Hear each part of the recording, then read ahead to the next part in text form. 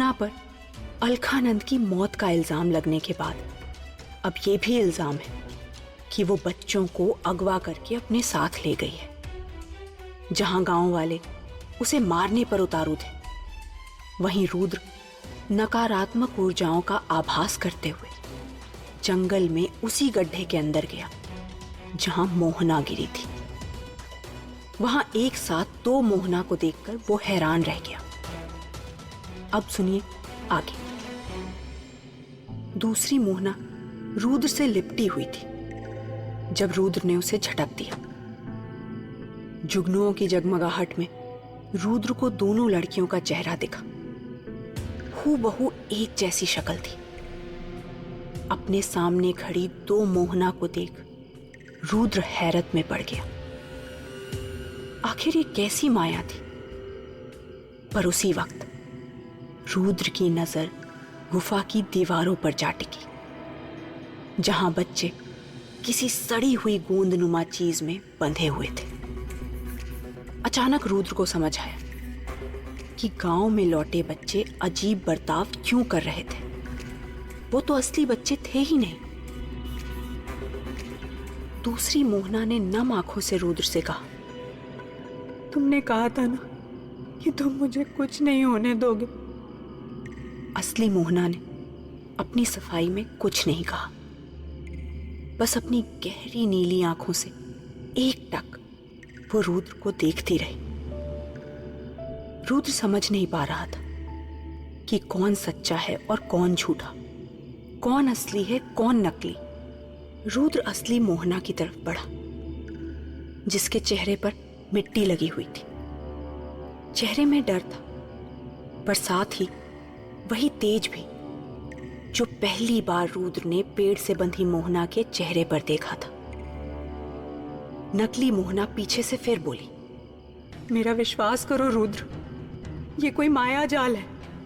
मुझे पता है तुम मुझे बचा लोगे। पर रुद्र असली मोहना की तरफ बढ़ता रहा। उसे वही खिंचाव महसूस हुआ जो मोहना को पहली बार देखने पर महसूस हुआ था।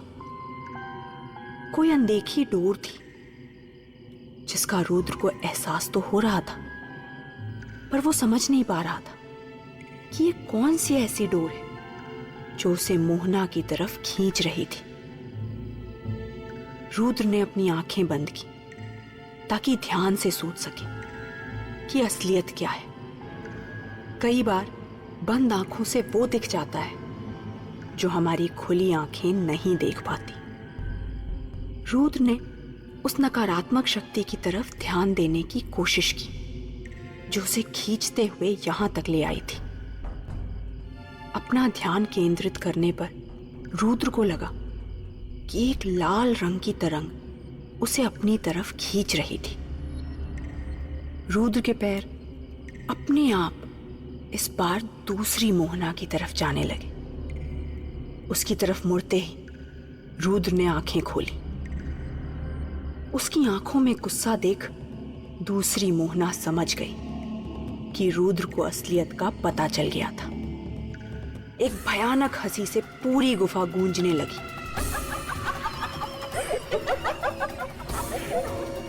इस अट्टहास से गुफा में एक कंपन सी पैदा हो गई। रुद्र ने तुरंत असली मोहना का हाथ पकड़ा ताकि वो गिर न जाए। मोहना का दिल जोर से धड़कने लगा। उसी वक्त मोहना का दूसरा हाथ किसी और ने पकड़ लिया।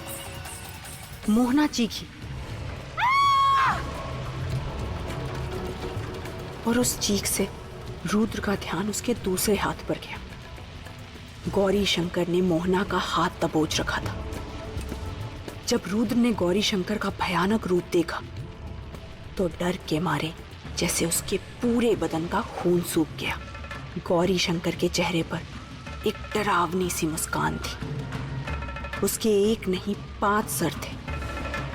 उन सारे बच्चों के चेहरे जो गायब हुए थे।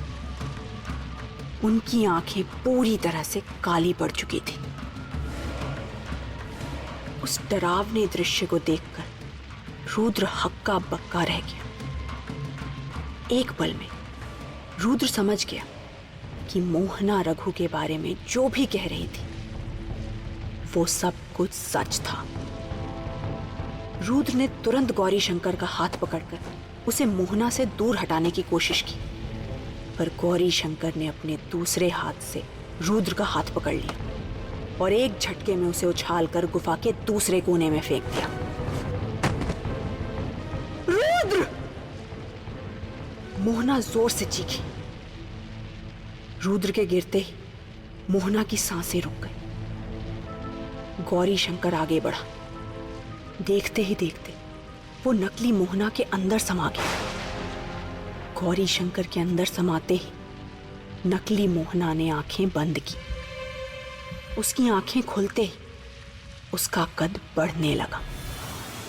उसके धड़ पर सभी बच्चों के सर आने लगे, ठीक वैसे ही जैसे अभी अभी गौरी शंकर के धड़ पर थे।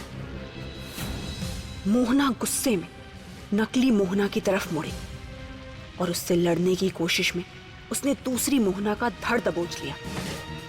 अचानक ही न जाने कैसी नीली शक्ति थी जो मोहना अपने पूरे शरीर में महसूस कर रही थी, लेकिन वो नई ताकत भी दूसरी मोहना का कुछ नहीं बिगाड़ पाई।